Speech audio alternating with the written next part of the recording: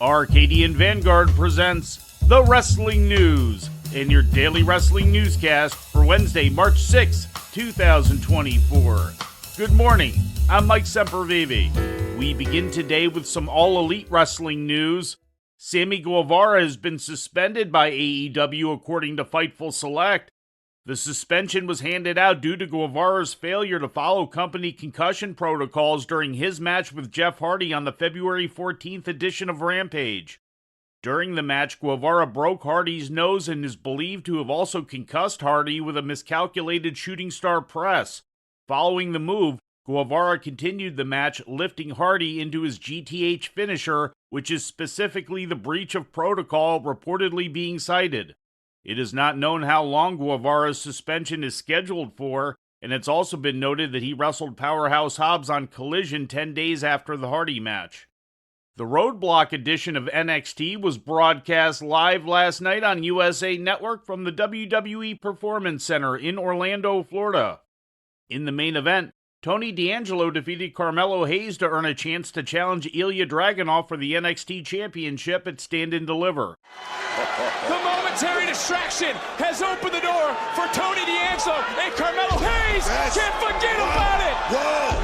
D'Angelo is headed to Stand and Deliver. Here is your winner, the Dawn of NXT, Tony D'Angelo. Wow. You ain't him, Metal, you ain't him. It's only one die. Trick Williams attacked Hayes after the match. Braun Breaker and Baron Corbin made the first defense of the NXT Tag Team Championship they won 3 weeks ago, defeating Chase U, and Breaker pinned Andre Chase. WWE Women's Tag Team Champions, the Kabuki Warriors, were also successful, retaining their title against Lyra Valkyria and Tatum Paxley.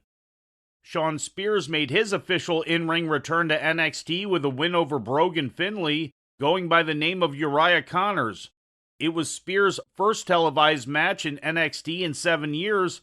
After the match, Spears was attacked by Ridge Holland. There he is. Good, Ridge, you want to do this? Are we going to do this, Ridge? Are you going to do this for your family? Are you going to hurt me, Ridge? Are you going to hurt me, Ridge? I'm here, Ridge. Holland made a beeline to Spears. Spears welcoming Ridge's rage.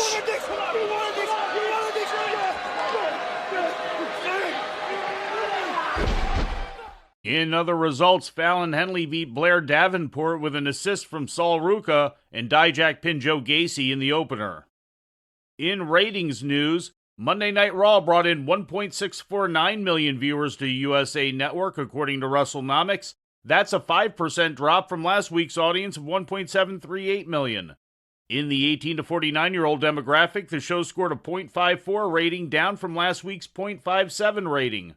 The episode came in first place for the evening in the demographic on cable TV.